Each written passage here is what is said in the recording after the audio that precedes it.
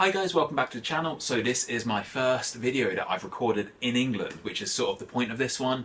So those of you who have been following the channel for a while know that I have recently moved back from China to England. Any of you who have moved countries know it is a pretty difficult time. It is not the time to be training or preparing for a half marathon, which is what I was trying to do. So I signed up for this half marathon in around January, hoping to be able to get in a nice 3-month training plan, and life got in the way and I did not do that at all.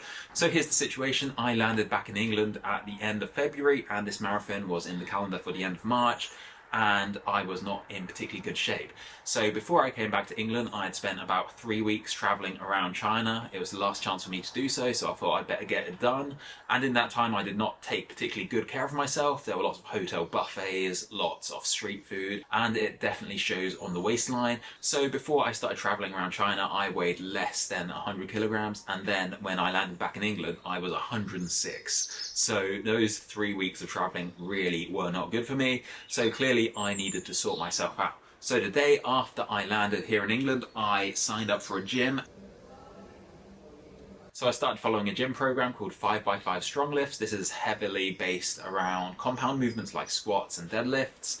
And I did get into cardio again. So I've been cycling a bit, just light cycling, nothing too intense, and just some small, light, low impact running, just to get myself back into it. So over the course of this month, my weight has started to come off. Like I said, I was 106 kilograms a month ago. Now I'm 103, so 3 kilograms in a month, which isn't too bad actually. Obviously there's still a long way to go, but much better than it was before. So race day came around pretty quick. I've done a few half marathons in my time. The first one I did was in 2001 and I did it in 2 hours and 5 minutes. This was actually my first ever big event back when I started trying to get fit for the first time. Since then I've done a few more. In 2022 I did a 1:59 and there's a video about that up there somewhere. So that was pretty good. And then in 2023 I managed to do it in 1:46. So the 1:59 and the 1:46 were times which I recorded on my own. They weren't proper events. I recorded them using the GPS in my smartwatch. So that shouldn't actually make too much difference, but when I ran a full marathon in 2023,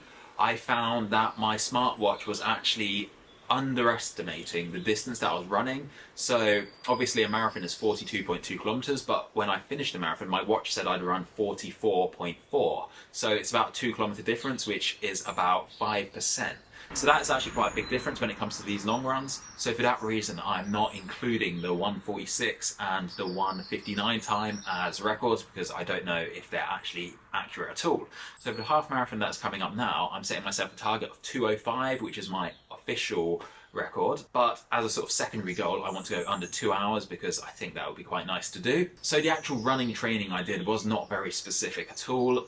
In total, I did 9 runs preceding this. Most of them were very short, about 5k, half an hour, and they're just to get my legs used to running again because I've put on so much weight. I don't really want to push myself too far, too quickly. So the week before the marathon, I did 1 long run, which was 13k, and I did that with an average pace of 6:17 per kilometer, which is actually quite slow for me, and I just felt absolutely terrible during that.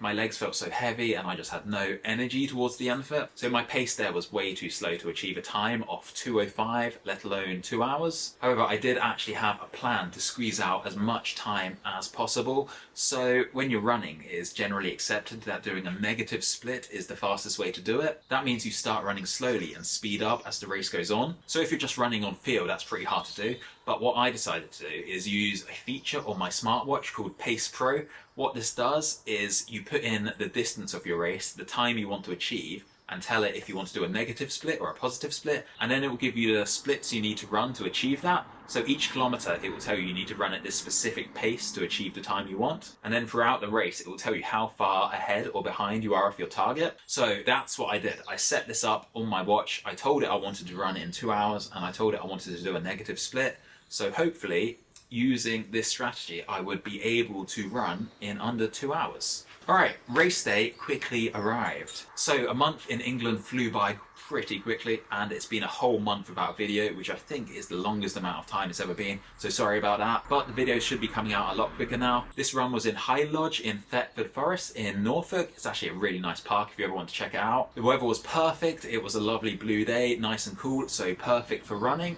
It was a trail run, so none of this running on the road rubbish. You're running through the forest on nice hard-packed trails, so it was very, very cool. First few kilometers were very slow because the watch recommended that. It was about 6 minutes per kilometer, which is a nice relaxing pace. It's good to get the body nice and warm before getting into the main segment of the race. After about 5 kilometers, I sort of settled into a nice rhythm and started to speed up. I actually felt quite good at this point.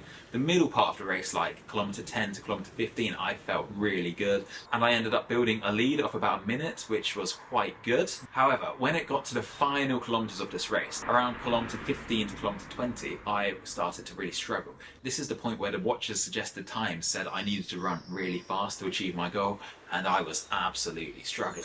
So throughout these kilometers, my whole minute lead just completely got shattered, and coming into the final kilometer, I was actually down by about 20 seconds. So I knew I was going to have to really push it on this final kilometer if I wanted to achieve 2 hours. So for the final kilometer, I was just digging as deep as I could, and I just gave it everything. The finish line finally came into sight, and I just absolutely gave it everything to cross the line in time. And I managed to finish in a time of 1 hour 59:40. So I just about managed to achieve my goal with 20 seconds to spare. So obviously I'm very happy with that. It proves that I still have something left in these legs, even when I'm carrying a bit of weight. So yeah, I'm pretty happy with that. Moving forward, obviously the goal is to get rid of all this weight which I managed to put on while I was traveling. Hopefully it won't take too long, a couple of months, and I should be back down to where I should be. I want to get down to 90 kilograms, that is the goal. I have a system which I'm following at the moment. I'm just eating 2 meals a day, breakfast and then dinner, and not having lunch at all, and that's been working quite well for me. So I'm going to stick to that for a while, and hopefully the weight should keep coming off. At this point I'm pretty settled in England. Nothing big is coming up in my life, so there's no excuses. I should be able to have like a whole year of consistent training without anything getting in the way. So this is hopefully the year where the weight will come off and I will achieve some cool goals in the future. So previously, an event like this would have absolutely ruined me for at least like a couple of days after, but to be honest with you, I felt fine.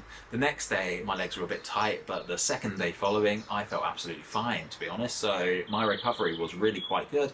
So hopefully that's a sign that my fitness is still there. So before we end the video, I just have one important announcement to make. I am going to be running the Race for Life in May. So those of you in the UK probably know all about this, but for everyone else, I'll give you a bit of background.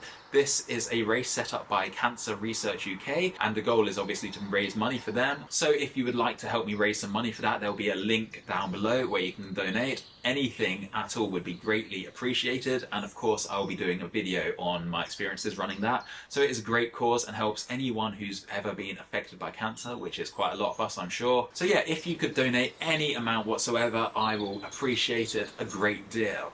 Alright, that's it for this one.